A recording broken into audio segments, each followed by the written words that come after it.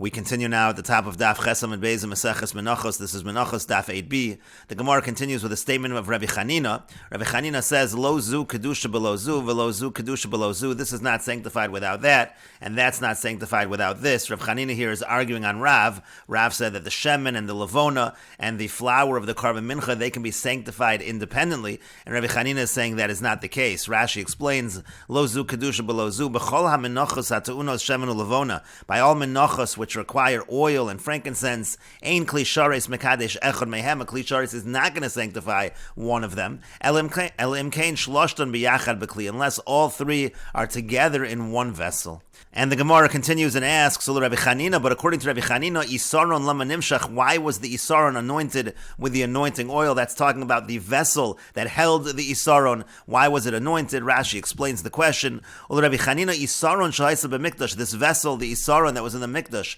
letzorech menachos, for the purpose of containing, of putting in the menachos. Kedamar b'perek shtei midos, like we say later on in perek shtei midos, lama nimshach b'shemen hamishcha, why was it anointed with the anointing oil? Kidei lekadesh in order to sanctify what's put inside that vessel. But it's not going to be mekadesh anything. It's not going to sanctify anything, according to Rabbi Chanina.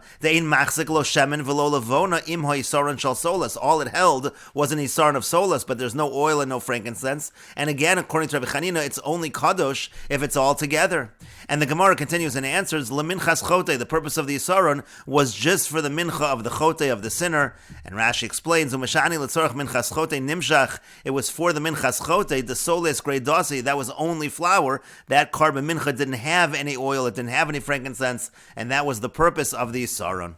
And the Gemara continues, Velog lama nimshach, and what about the log that held the log of oil? And again, the Gemara answers, Lelog shel mitzora, the log, the oil, the log of oil of the mitzora. Again, that also is independent, just like the minchas chote is independent with just soles, so too the log is going to be for the log shel mitzora. And the Gemara continues, V'af Shmuel savar lo lahad Rav, Shmuel agrees with Rav. Rashi explains, lahad Rav, the kleisharis mekadesh soles greidasa. Again, Rav said that a kleisharis could be mekadesh just soles, just flour. Afagav dilo chazi lahakter below shemen, even though it's a kind of carbon mincha that you're not going to be able to burn without oil, still the flour alone can be sanctified in the kleisharis. Shmuel agrees with Rav on that. Again, Rabbi Chanina said that's not the case. Rabbi Chanina said, lo zu kedusha below zu, velo zu kedusha below zu. And the Gemara now brings Shmuel. It's going to be a statement of Shmuel on a Mishnah. The Tanan, as we learned in a Mishnah, this is a Mishnah Meseches Zvachim. Klei halach mekachen es halach. Vessels intended for liquids, they sanctify liquids. Umidos hayavish, and dry measures mekachen es hayavish, they sanctify dry. Ve'ein klei halach mekachen es hayavish, and vessels for liquids are not going to be mekadesh yavish. They won't be mekadesh what is dry. Velo midos hayavish mekachen es halach, and dry measures are not going to sanctify liquids. The Amar Shmuel, and Shmuel says on that Mishnah, Lo shanu el midos, this is only true by midos, it's only true by midos halach, by measures that are meant for liquids. Avol mizrakos, but by the bowls which are intended for the blood, for that which is lach, mekachos es hayavish, they are able to sanctify that which is dry. Shenemar, as it says in the Pasuk, Shneim Maleim Soles, Belula B'Shem and Lamincha, it mentions Mizrak over there, and it says it has Soles, Belula B'Shem and Lamincha, and so therefore you see that the Mizrakos are able to be Mekadesh, that which is dry. And Rashi explains, the Tanan b'Meseches Zvachim b'Perek HaMizbech Mekadesh HaRoilo, we learned in the Mishnah Meseches Zvachim, Midos Shal Yavesh Shtayim Hayu, there were two dry measures. There was the Isaron v'Chatzi Isaron. There was the Isaron and the Chatzi Isaron, b'Perek Shtei Midos, that's later on in Perek Shtei Midos.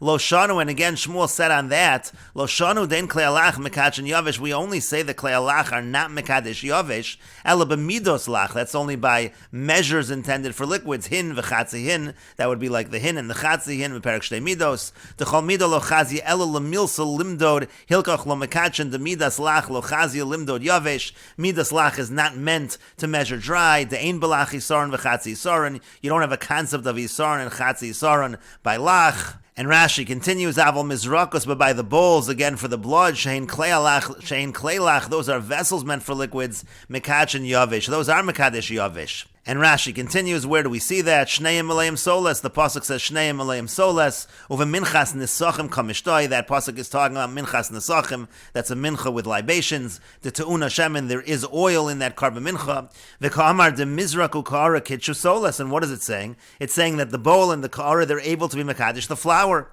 Alma islay l'shmuel, the point is, we see according to Shmuel, the klei sharis mekadesh soles b'li shemen, it seems that the klei sharis is mekadesh soles, it's mekadesh the flour, even without any oil. And so you see again, according to Shmuel, just like Rav, it can be mekadesh the flour alone.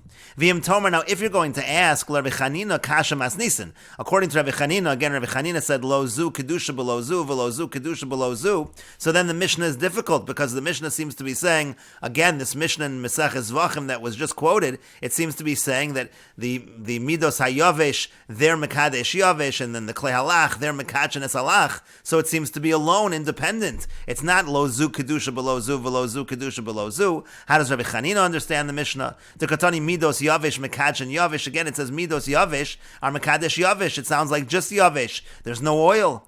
And so the Rashi says, Iyu mukila bisaron the minchas chote. Rabbi Chanina will simply say that Mishnah is talking about the isaron of the minchas chote. The minchas chote didn't have any oil, and that's what the Mishnah is referring to. But the Gemara continues and asks on Shmuel, Amar le Ravacha mi Difti le Ravina. Ravacha from Difti said to Ravina, what does Shmuel mean to say when he says that the Mizrakos are Mekadesh Yavesh and refers to Karva Mincha, but Mincha Lacha, he isn't Mincha. Actually, Lacha, Mincha does have oil in it. So what does it mean that Shmuel is referring to that as something that is Yavesh? Amar le Setim lo nitzrucha ela li Yavesh haba. We're talking about the Yavesh within the Mincha. Rashi explains, Mincha Lacha hi de belula bashemin. It does have oil. Haikra lo sepuk the mizrakin mekadesh yavish. We can't learn from here that the bowl can be mekadesh yavish. And the Gemara says lo nitzrucha ela li yavish haba. We're talking about the yavish within it, meaning mincha belula iafshar below kortin solas yavish. There's got to be some solas that's dry. Shalo yagia behen Hashem, and that the oil didn't touch. V'afilu achi miskachin b'mizrakin, and nevertheless it is sanctified in the bowls. V'chihechi da'oso yavish miskadesh, and just like that dry part is sanctified, mistabra nami the solas yavish nami below shemen mekachin. It would make sense to say also again that if the solas was totally dry without any oil, it would be sanctified.